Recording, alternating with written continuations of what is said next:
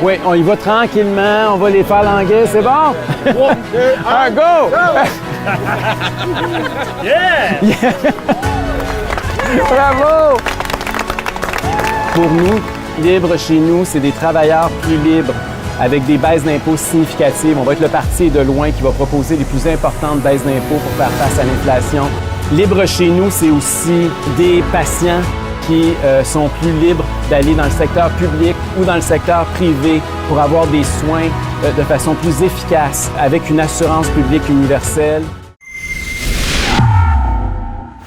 We are still in an election campaign and the stake this time seems to be higher than ever. Here in Quebec, we are going to the poll to choose a provincial government on October 3rd. For the last 2 years, some problems in the system have been highlighted. One of them was the arsenic emission in Rouyn-Noranda. In addition, inflation has created huge issues in rural areas where agriculture was once thriving and affordable.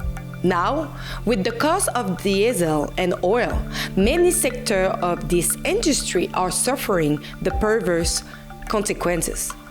Today, Monsieur Robert Daigle, candidate for the Conservative Party of Quebec, explained the issues in the region as well as the problem with the horn smelter and arsenic emission. Retired and father of 8 children, Mr. Daigle joined politics in order to solve the problem concerning the region and to offer a better climate for the next generation. He became to feel pretty concerned when he saw the intrusion of the government in the private life of the citizen during the pandemic. Here is the full interview. Let's check it out. Pour quelles raisons vous avez décidé de vous lancer en politique? Les raisons sont très simples. Regarde ce qui se passe en ce moment. Là, on comprend bien que la démocratie en ce moment là, a été mise en pause. Puis regarde, moi, mes convictions les plus profondes, je pense que les citoyens maintenant, là, plus que jamais, ont le droit de décider ce qui est mieux pour eux autres. Là, à quelque part, on est toujours mis devant les faits. Et je pense qu'en 2022, les gens ont le droit d'être informés, de se faire leur propre opinion, là, ce qui est mieux pour eux ou non. Là. Il y a beaucoup de détresse chez les enfants là, dû à toutes les mesures liberticides qui ont été prises par le gouvernement, qui n'étaient pas appuyées à quelque part sur la science. C'était plus des décisions politiques. Donc, c'est pour ça, regarde, j'étais un jeune retraité, puis j'ai décidé de m'investir, puis à quelque part, comme on pourrait dire, le programme du Parti conservateur est vraiment venu me chercher, les valeurs surtout. Donc, c'est la raison là, pourquoi que je me suis lancé en politique. Parlons un petit peu de la fonderie Horn. On le sait que ça concerne beaucoup les citoyens de Rouyn-Noranda. Qu'est-ce que vous avez à me dire par rapport aux inquiétudes de vos citoyens, en fait? Ben, regarde, c'est sûr que c'est légitime, mais il faut comprendre qu'il y a un historique aussi. Dans les années 80-90, là, on arrivait à peine à respirer, là. Donc, la concentration à ce moment-là, je crois qu'elle approchait les 1500 nanogrammes par mètre cube. Pour te dire, je jouais au hockey, je sortais de l'aréna Glencore aujourd'hui, c'était pas ce nom-là à ce moment-là. On devait se masquer, là, on devait prendre nos vêtements là, pour se mettre sur le nez et on arrivait à peine à respirer. La végétation alentour de la ville, il n'y en avait pratiquement pas, les lacs, tu ne pouvais plus te baigner. Donc, Glencore, quand même, la fonderie Horn, a vraiment, vraiment amélioré les conditions. Là. Je pense qu'ils ont pris leur conscience là, qu'ils polluaient beaucoup. Puis là, ils ont pris une action concrète là, dans les derniers mois. Là, ils se sont engagés avec un plan réel à baisser les normes là, au niveau acceptable de la santé publique au Québec, qui est de 15 nanogrammes. Mais c'est sûr qu'idéalement, il faut aller aux 3 nanogrammes. Là. Ça, regarde, c'est certain que c'est une priorité. Mais nous, au Parti conservateur, vraiment, où est-ce qu'on veut vraiment investir, c'est au niveau de notre chaire là, en Abitibi-Témiscamingue, l'Université du Québec.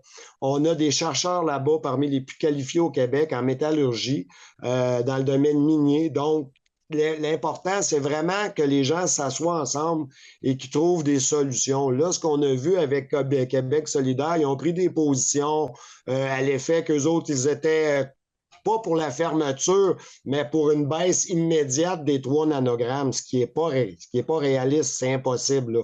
Donc, à court terme, je pense que la fonderie a montré des bonnes volontés en voulant justement ramener ça aux 15 nanogrammes, ce que la santé publique a sorti, a dit qu'à ce niveau-là, à 15 nanogrammes, il n'y a vraiment pas de danger pour la population, là. Mais on s'entend qu'idéalement, avec l'aide de l'Université du Québec, là, on va probablement être capable d'atteindre le 3 nanogrammes là, dans un délai respectable. Tu sais, à quelque part, il faut chercher à assurer tous ces gens-là. Le rôle d'un député, ce n'est pas de prendre une position, là. Le rôle d'un député, là, c'est vraiment d'essayer de donner toute l'information possible à la population. Hein, et d'essayer de justement regrouper ces gens-là afin qu'ils collaborent ensemble, là, qu'ils s'établissent un partenariat, là, un milieu sain à quelque part pour en arriver à des solutions. C'est pas en divisant les gens, en prenant des positions fermes. Je pense que le député à ce moment-là, il n'a pas compris son rôle, là. Fait que pour moi, c'est vraiment être l'agent de liaison entre tous ces intervenants-là. Est-ce que vous avez des objectifs particuliers que vous aimeriez faire pour la communauté? C'est comme partout ailleurs, là, ici, là, au niveau de la santé, là, regarde, là, on a des ruptures de services, problème de personnel.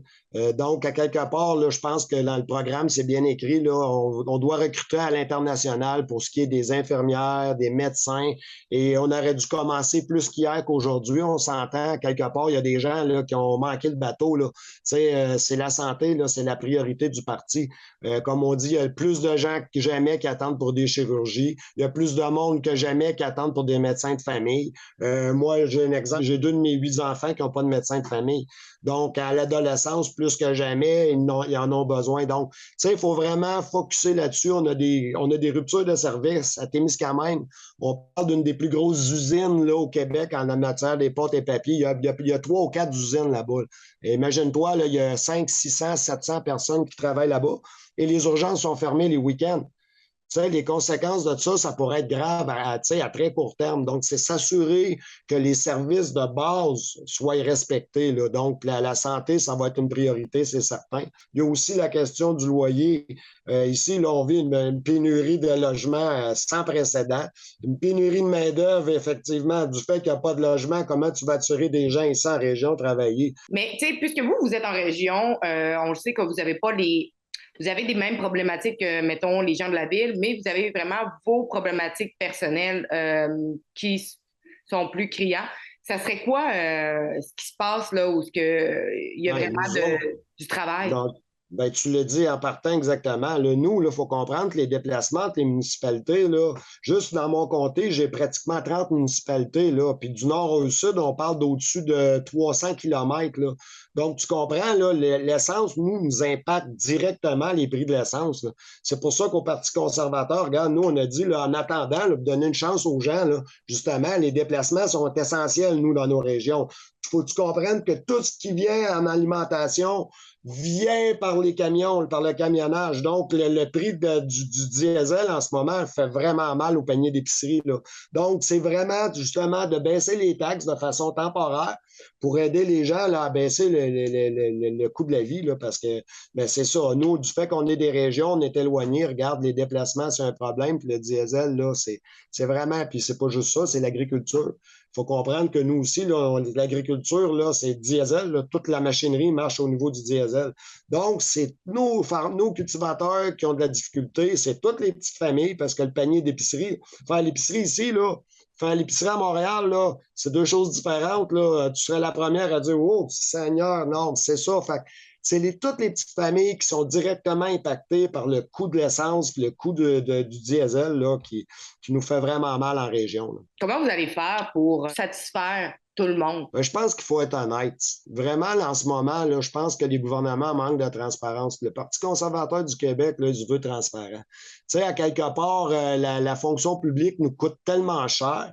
Tu sais, il faut trouver des moyens, justement, décentraliser, redonner le pouvoir aux régions pour, justement, libérer ces sommes d'argent-là pour, justement, redonner aux citoyens. Tu sais, nos baisses d'impôts ne sont pas farfelues. Là. Les gens en ont de besoin. Tu sais, à quelque part, là, c'est dans la globalité du programme qu'on va essayer de, justement, désenclaver nos familles et leur donner une chance, vraiment, là, de s'épanouir. Là. Tu sais, parce que là, les gouvernements, là, en ce moment, là, en tout cas, ce qu'on a vécu, regarde, là, on dirait qu'ils sont pas là pour les gens, là. Il faut comprendre que le Québec, il nous appartient.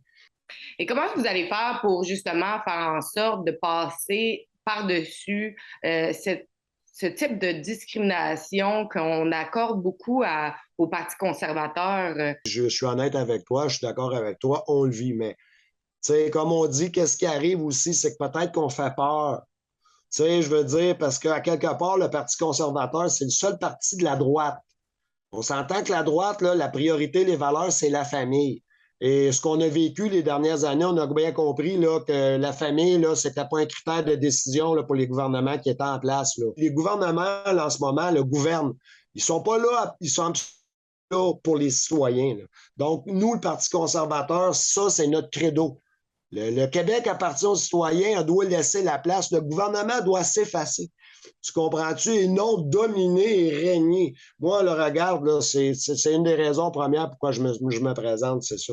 C'est laisser la place aux gens de s'épanouir. On peut-tu juste être heureux chez nous? Et ça, ce message-là, il ne fait pas plaisir aux gens qui sont au pouvoir en ce moment. Là. Tu sais, à quelque part, on a le droit de s'épanouir. Il est à nous, le Québec, d'être libre chez nous. Comme on dit, slogan en dit long.